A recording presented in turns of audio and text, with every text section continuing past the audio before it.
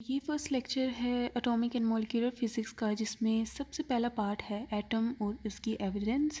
और इसके बारे में कुछ थ्योरेटिकल चीज़ें हमें पता होनी चाहिए, एक टाइमलाइन पता होनी चाहिए, कुछ डिटेल्स हमें पता होनी चाहिए जिसको मैं अभी बताऊंगी और वो आपने नोट डाउन कर लेनी है। तो ये कोर्स हमारा एटॉमिक एंड मॉलिक्यूलर फिज़िक्स का है। तो इसमें सबसे पहले एटम्स को और उसकी हिस्ट्री को जानना इम्पॉर्टेंट है, और इसमें लेक्चर में भी यही बताया गया है कि किस तरह से हमारी थिंकिंग एटम के बारे में डेवलप हुई और करते करते एविडेंसेस तक पहुंची।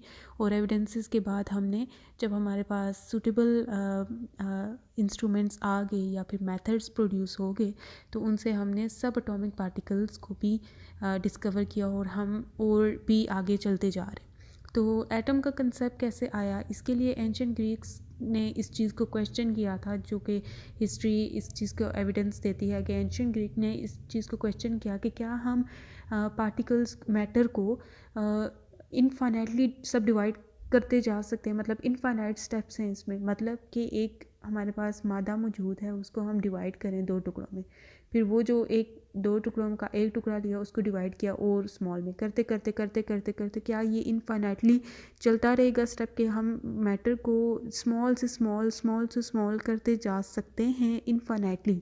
मतलब कभी ऐसा कोई पॉइंट नहीं आएगा कि जिससे आगे सब डिवीज़न पॉसिबल ही ना हो।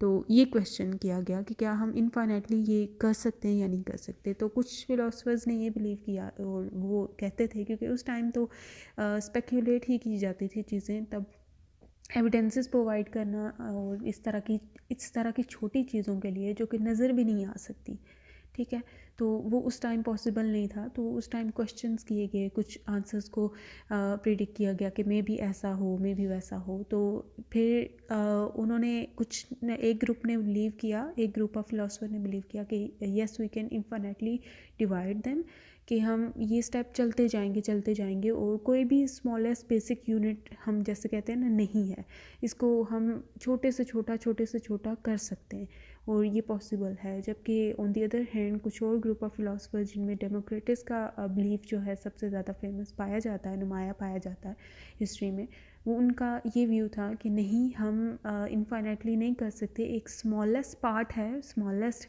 इनडिविजिबल पार्ट होगा जिसे हम फर्दर सब डिवाइड नहीं कर सकते। कि अगर हम मैटर को सब डिवाइड करते करते उस लेवल तक पहुंच जाए जिसे हम इंडिविजिबल लेवल कहते हैं और जिसको हम एटम कहते हैं, उसकी फर्दर सब डिवीज़न पॉसिबल नहीं है, ठीक है। ये उस चीज़ को नाम दिया गया कि जिसकी फर्दर सब डिवीज़न पॉसिबल ना हो, कि ये फिर एटम का वहाँ से कंसेप्ट आया। डेमोक्रेटिस ने ऐसे इंडिविजिबल पार्टिकल को एटम का नाम दिया। तो तब ये चीज़ें हुई, और उस टाइम कोई भी एक्सपेरिमेंटल एविडेंस नहीं थी कि कौन सच्चा है और किसकी, मतलब किसका बिलीव ठीक है और किसका नहीं है। तो उसके बाद ये एक ऐसा बिलीव है डेमोक्रेटिस का, स्पेशली जो हम मानते हैं अभी, कि एविडेंसेस हैं कि ये ट्रू था और एटम्स एग्जिस्ट करते हैं, ऐसी इंडिविजिबल इंटिटीज़ एग्जिस्ट करती हैं, और फंडामेंटल जिसे हम कहते हैं कि जिसके आगे फर्दर सब डिवीज़न ना हो सके। तो उसके अलावा एंशियंट ग्रीक्स ने ये भी स्पेक्यूलेट किया कि तमाम जो दुनिया में चीज़ें मौजूद हैं, जो भी इस यूनिवर्स में चीज़ें मौजूद हैं, वो तमाम की तमाम चार बेसिक एलिमेंट से बनी हैं, ठीक है। चार बेसिक एलिमेंट से बने हैं, और अगर इन चार बेसिक एलिमेंट्स को डिफरेंट तरीके से, डिफरेंट प्रोपोर्शन से कंबाइन किया जाए तो डिफरेंट मटेरियल्स बन सकते हैं। और वो चार बेसिक एलिमेंट्स उन्होंने अर्थ, फायर, वाटर और एयर को नाम दिया, कि ये चार बेसिक एलिमेंट है और हर चीज़ इनसे बनी है, ठीक है, इनसे मिलके बनी है। तो ये इनका एक आइडिया था, एक ब्रिलियंट आइडिया तो था, लेकिन ये ट्रू नहीं है। उन्होंने जो बेसिक एलिमेंट्स आइडेंटिफाई किए वो बेसिक एलिमेंट्स होंगे, लेकिन हम जानते हैं कि एलिमेंट्स का कंसेप्ट एग्जिस्ट करता है, कि हम कहते हैं कि पीरियोडिक टेबल में जितने भी एलिमेंट्स हैं दुनिया में मौजूद, तमाम के तमाम कंपाउंड जो भी हम सब्सटेंसेस देखते हैं, वो सारे उन्हीं के डिफरेंट कॉम्बिनेशन से बने हुए। तो ये चीज़ तो हम मानते हैं, लेकिन उन्होंने जिन एलिमेंट्स को आइडेंटिफाई किया और माना कि ये एलिमेंट्स होंगे, वो ट्रू नहीं था। तो ये इस तरह से फिर उन्होंने स्टेट्स ऑफ मैटर को भी डिफ़ाइन किया था, सॉलिड है, लिक्विड है, गैस है, प्लाज्मा तो बहुत बाद में इंट्रोड्यूस हुआ था। तो ये फिर उन्होंने स्टेट्स ऑफ मैटर को भी किया। फिर उसके बाद यही बिलीव्स तक ही रहा, क्योंकि आगे कोई एक्सपेरिमेंटल एविडेंसेस चाहिए होती हैं या फिर इस तरह, तो ये चीज़ें यहाँ तक रही। फिर उसके बाद एल्केमी जो है वो अरूज में आए, जिसमें ये देखा गया कि डिफरेंट केमिकल रिएक्शन जब कुछ मटेरियल के किए गए, स्पेशली लेड के, वो गोल्ड में कन्वर्ट हो रही थी। तो एल्केमी जो है उसमें महारत और ये सारी चीज़ें फिर ज़्यादातर सीक्रेसी में रहती थी, क्योंकि इसमें अपना मुफाद होता था ना। अगर आप किसी और से शेयर कर रहे हैं तो वो उस चीज़ को यूज़ करते हुए फिर गोल्ड को बना सकते हैं। तो ज़्यादातर लोगों ने फिर कोशिश की कि डिफरेंट केमिकल रिएक्शन से जो प्रेजेंट एलिमेंट्स हैं या जो भी चीज़ें हैं उनको गोल्ड में कन्वर्ट किया जा सके। तो इस दौरान जो अल्केमिस्ट थे उन्होंने बहुत सारे केमिकल रिएक्शन किए और बहुत सारी चीज़ें उन्हें पता भी चली, लेकिन उन्होंने इस चीज़ को आया नहीं किया, किसी को शेयर नहीं किया।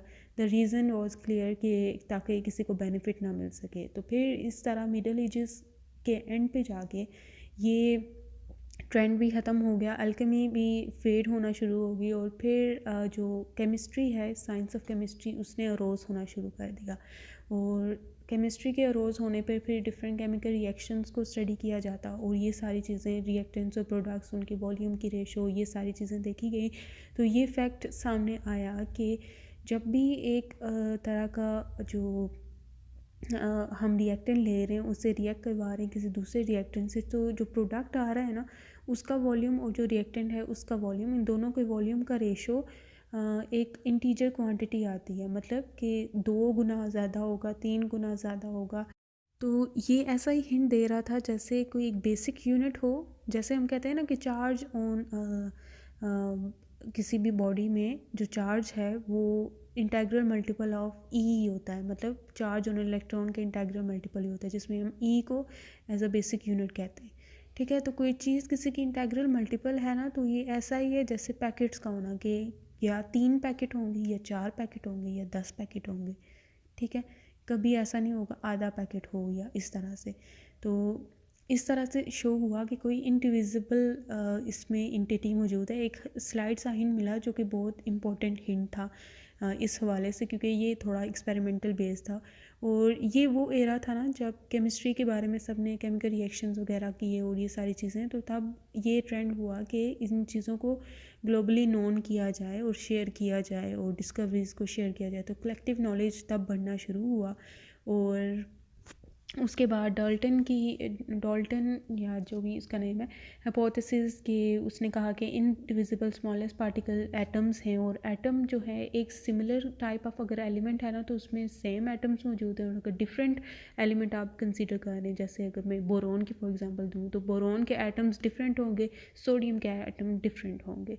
तो ये चीज़ जो हम अभी भी जानते हैं, और ये डाल्टन की हाइपोथेसिस में थी, और उसने और ये भी उसी में थी कि जब भी एक एलिमेंट रिएक्ट करेगा दूसरे एलिमेंट से, तो जो इनकी नंबर ऑफ़ पार्टिकल्स की जो रेशो होगी ना, वो एक इंटीजर होगा। नंबर ऑफ़ पार्टिकल्स की जो इनकी नंबर ऑफ़ मॉलिक्यूल्स या जैसे नंबर ऑफ़ एटम्स कह सकते हैं, उनकी रेशो एक इंटीजर होगी, जो कि एक तरह की ये जो एक्सपेरिमेंटल थी ना कि डेफिनेट प्रोपोर्शन आ रहे हैं केमिकल रिएक्शन में, रिएक्टेंट टू प्रोडक्ट की वॉल्यूम रेशो जो है वो एक इंटीजर आ रहा है। तो ये भी उस तरह की हाइपोथेसिस को भी ये सपोर्ट कर रहा था, डाल्टन की हाइपोथेसिस को। फिर उसके बाद एवोगैड्रो आया। एवोगैड्रो ने कहा कि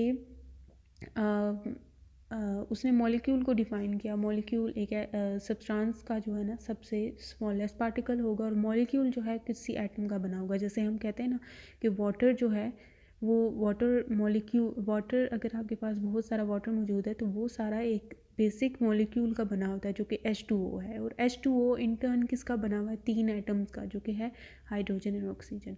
तो एवोगैड्रो ने मॉलिक्यूल का कंसेप्ट दिया कि वो स्मॉलेस्ट यूनिट है सब्सटेंस का, जो कि प्रॉपर्टीज़ शो करता है उस चीज़ की, और वो एटम से बना होगा। और कहा कि अगर प्रेशर और टेम्परेचर, अगर आपके पास 2 डिफरेंट गैसेस हैं और आपने उनका सेम वॉल्यूम लिया हुआ है और सेम प्रेशर है उनका और सेम टेम्परेचर है उनका, ठीक है, आपने एक जैसे स्फेरिकल फॉर एग्जांपल कंटेनर ले लिए, ठीक है, 2 डिफरेंट कंटेनर हैं फॉर एग्जांपल, दोनों स्फेरिकल हैं, उनका वॉल्यूम इक्वल है और उसमें गैस आपने फिल की हुई है, ठीक है, तो उसमें प्रेशर और टेम्परेचर दोनों का जो गैसेस का है ना वो बिल्कुल सेम है। तो उन दोनों कंटेनर्स में जो नंबर ऑफ़ पार्टिकल्स या नंबर ऑफ़ मॉलिक्यूल्स होंगे ना गैसेस के, वो इक्वल होंगे। तो उसने ये कंसेप्ट दिया था इक्वल नंबर ऑफ़ पार्टिकल का होना। तो ये कंसेप्ट के अकॉर्डिंग आगे सबसे पहले जो एक बंदा था, वो जोसेफ समथिंग नेम था उनको, उन्होंने फर्स्ट वो थे जिन्होंने काइनेटिक थ्योरी ऑफ गैसेस को यूज़ करते हुए सबसे पहले ये Na नंबर को, नंबर ऑफ़ पार्टिकल जो कि सेम हों तमाम डिफरेंट गैसेस के एट सर्टन कंडीशन के, सेम प्रेशर, टेम्परेचर, वॉल्यूम पे, तो वो उन्होंने कैलकुलेट किए थे। एवोगैड्रोस नंबर जिसे कहा जाता है ना, वो उन्होंने कैलकुलेट किए थे। लेकिन कंसेप्ट क्योंकि अगर एवोगैड्रो ने दिया था तो उनके ऑनर में उन्हें इस नंबर को एवोगैड्रोस नंबर कहा जाता है। और इसमें आगे कुछ मेथड्स लिखे हुए हैं एवोगैड्रोस नंबर को कैलकुलेट करने के। मैं देखूंगी इनमें से कोई एक मेथड, या अगर सारे भी होते हैं तो वो भी हम कर लेंगे। तो ये सारी फिर आहिस्ता आहिस्ता ऐसा हुआ कि एलिमेंट्स डिस्कवर होना शुरू हुए। ठीक है, एलिमेंट्स डिस्कवर हुए तो उनकी केमिकल प्रॉपर्टीज़ को स्टडी किया गया, केमिकल प्रॉपर्टीज़ वगैरह स्टडी किया गया, उन्हें कंपेयर किया गया। तो मेंडलीव वाज द वन जिसने नोटिस किया कि इन सब की प्रॉपर्टीज़ में कुछ ऐसे सर्टन एलिमेंट्स थे जिनकी प्रॉपर्टीज़ में सिमिलैरिटी आ रही थी, और उनके एटॉमिक मैसेस भी एक ऑर्डर में आ रहे थे, या आई थिंक नंबर उन्होंने किया था या मैसेज, ये मुझे कंफर्म नहीं है। तो फिर उन्होंने in the basis of their periodicity उनको अरेंज किया इन अ पीरियोडिक टेबल, और उन्होंने कुछ अननोन एलिमेंट्स को भी प्रिडिक्ट किया कि ये भी होंगे। तो इन्होंने फिर इस चीज़ को और ज़्यादा शेप दी। तो इस तरह करते करते एलिमेंट्स की डिस्कवरी और ये सारा कुछ हुआ। तो ये माना गया कि यस, एटम एग्जिस्ट। तो इसके बाद जो फिर 1887 में, इससे पहले भी लोग जो है इलेक्ट्रिसिटी को पास करते होते थे गैसेस के through in a discharge tube, हम कह सकते हैं जो ग्लास ट्यूब्स होती है ना उनमें। तो